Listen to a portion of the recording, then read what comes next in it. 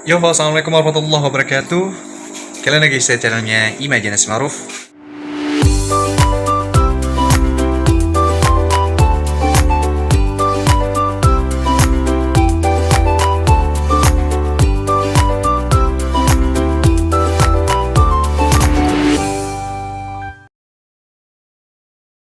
Tadi siang kan udah ngecek ya, kalau ternyata wadah kutu air saya yang satu box kulkas itu ada burayaknya. Dan setelah saya post itu ternyata banyak sekali komentar-komentar dari teman-teman yang kepingin supaya saya ini tetap memelihara burayak ini sampai besar. Kira-kira burayak ini tuh jadinya ikan apa, karena seingat saya tuh nggak pernah naruh burayak ya. Kemungkinan sih kalau dalam bentuk telur, kemungkinan sih iya, karena emang beberapa waktu lalu tuh saya nemukan kayak bola-bola kecil gitu. Saya kira tuh telur apa gitu kan.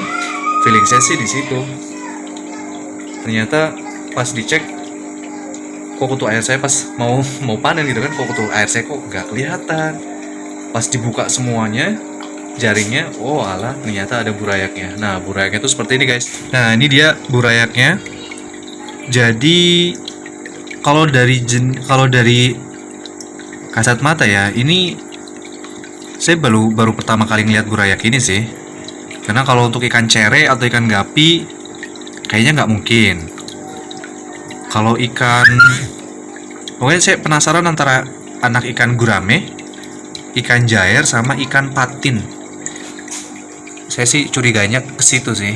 Cuma kalau ikan patin kan nggak mungkin, karena kan agak sulit untuk ternak patin itu. Feeling saya sih antara ikan gurame atau ikan mujair.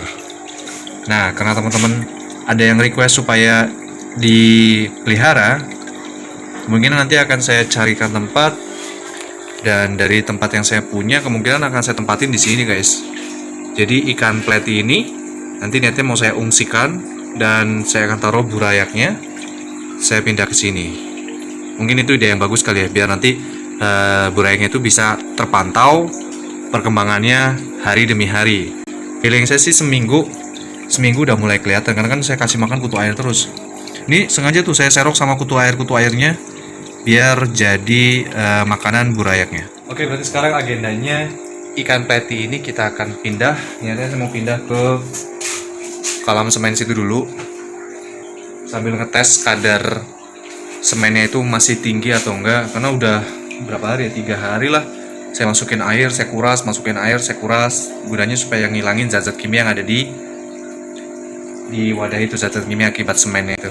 Oke, langsung aja kita angkat ikan petinya. Oke, ini wadahnya udah saya pindah semua ikan petinya. Ini harganya hapus saja, biar nanti, karena banyak juga, nggak nyangka juga sih, banyak teman-teman subscriber yang nonton YouTube saya datang ke sini berkunjung, entah dia mau beli cacing kah atau kutu air kah atau apa. Nah, ini dia udah mulai. Ini dia para pelakunya. Kita tunggu sampai seminggu, mudah-mudahan sih bisa bisa membesar ya, biar nanti enak kita deteksi kira-kira ini tuh burayak apa. Sama seperti kemarin, saya juga tanya ke teman-teman kira-kira burayak apa gitu kan. Nah, ini kayaknya agak sulit untuk fokusnya nih, karena masih terlalu kecil ikannya.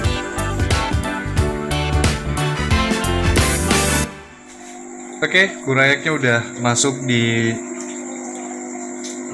soliter ini. Sebenarnya saya nyebutnya ini mini akuarium ya. Mini aquascape. Karena emang saya setting niatnya buat aquascape. Oke, nah selain tadi kita udah bahas tentang burayaknya, sebenarnya saya mau ngajak teman-teman ke box atau ke wadah kutu air saya. Lebih tepatnya ke nge-review kali, karena ya beberapa saran, banyak banget masukan yang masuk ke saya terkait kultur kutu air menggunakan berbagai macam media ya. Nah, saya jadi kesulitan maksudnya gini. Rata-rata cara yang saya share itu memang Pertama, memang itu cara yang saya gunakan. Kedua, kenapa saya share seperti itu? Karena saya menganggap kalau cara itu adalah cara yang termudah, dan bahkan saya mencoba untuk mengemas dalam satu video sesederhana mungkin biar teman-teman itu bisa mempraktekannya mengkultur kutu air di rumah. Cuman ya ada beberapa saran untuk coba ini, coba itu, coba yang ini, coba yang itu. Jadi rada banyak PR nih, mau saya coba atau enggak. Sebenarnya kalau untuk coba ya bagus juga sih buat ilmu perbandingan ya, mana cara yang lebih bagus untuk mengkultur kutu air. Sebenarnya kalau untuk saya pribadi, semua cara ketika memang itu bisa digunakan untuk mengkultur kutu air ya berarti bagus, gitu aja sih. Saya sih nggak suka membanding-bandingkan, yang penting media apa yang paling cocok untuk kultur kutu air yang mudah kalian dapatkan di tempat kalian masing-masing. Nah, itulah yang digunakan. Oke, mungkin kita akan coba bahas kutu air. Nanti saya akan ngajak ke sana nih, mumpung lagi gelap. Biasanya kan saya di belakang rumah. Ini yang di sana nih, yang di sana akan saya coba share penampakan kutu airnya di malam. Cuman sebelum jauh-jauh, kita ke wadah penampungan dulu. Jadi ini adalah wadah kutu air yang saya tampung. Jadi setiap pagi itu saya ngumpul-ngumpulin, terus saya taruh di sini lah, gunanya untuk mempermudah ketika proses penjualan kutu air. Soalnya tadi pagi itu videonya tuh udah ada, langsung saya masukin sini. Cuma karena emang udah terlanjur bete, sama saya juga waktunya untuk berangkat kerja, jadi nggak sempat saya lanjutin videonya. Nah, ini tempatnya agak gelap. Kita mulai dari, ya biasanya kan saya review siang-siang, cuma karena ini malam hari, jadi mohon maaf tampilannya agak jelek. Saya cuma ngandelin dari flash kameranya aja, flash HP-nya aja. Kita mulai dari sini dulu. Kita lihat kutu airnya. Nah, ini udah, jujur wadah kutu air yang ini jarang banget saya serokin, karena kalau siang-siang itu kan dia masuk ke dalam, saya jadi males banget nyerok ke dalamnya. Ternyata dia kalau malam-malam itu mereka kumpul di atas. Terus wadah ini.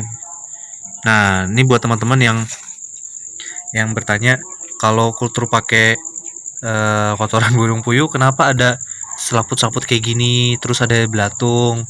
Nah, sebenarnya kalau tanggapan dari saya, ini wajar ya, lumrah.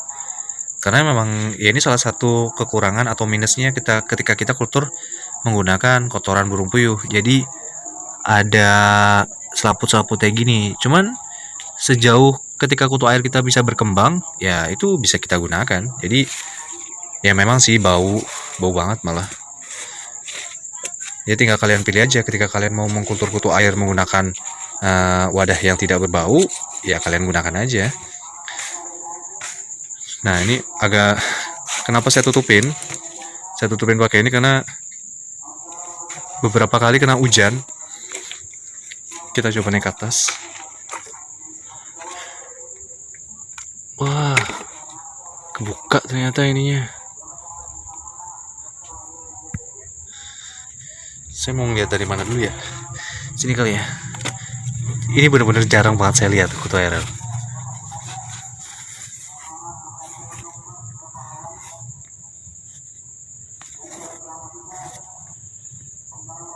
Tuh ya, kutu airnya ada ya.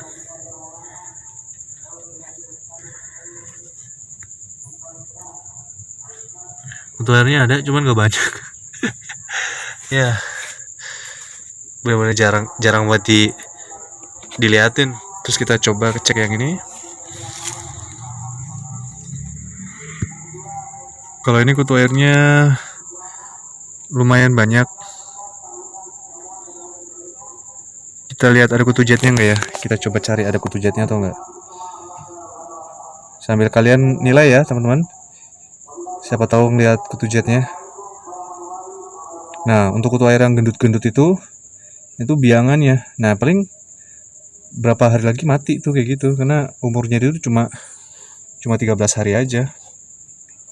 Nah, kalian pasti dapetin nih kalau yang kultur kutu air pakai kotoran burung puyuh pasti ada belatung-belatung ini. Ini bukan belatung sih. Belatung, tapi dia nanti jadinya itu jadi apa ya? Jadi ngengatnya kayak bukan ini. Wah susah, lagi nggak ada nih ngengatnya nih. Pokoknya dia tuh jadi ngengat guys, kotoran belatung-belatung ini. Cuman menurut saya sih ya normal ketika kita kultur kutu air menggunakan kotoran burung puyuh, ya normal. Apalagi kalau kita nggak ditutup.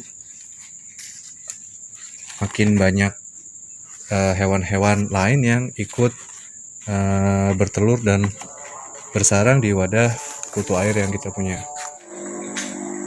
Oh iya, buat teman-teman yang kebetulan mungkin rumahnya dekat-dekat rumah saya, karena kan saya naruh alamat nih, garasi ikan hias.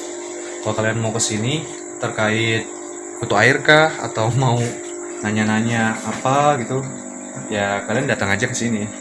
Pastikan kalau misalnya keperluan kalian cuma mau beli kutu air, ya kalian bisa datang kapan aja gitu kan. Karena jujur saya pagi itu saya ngajar sampai siang. Nah terus dari siang, nah pokoknya dari pulang ngajar itu biasanya saya ngantar kutu air. Karena kan saya buka jasa itu pemesanan kutu air lewat WhatsApp. Jadi kalau misalnya kalian mau ketemu saya ternyata nggak bisa, ya mungkin kayak gitu. Tapi kalau misalnya waktunya pas, biasanya banyak juga sih yang datang ke sini tuh gara-gara nonton YouTube saya gitu. Alhamdulillah ternyata banyak orang yang sedikit banyak mereka terbantu sama konten-konten kutu air.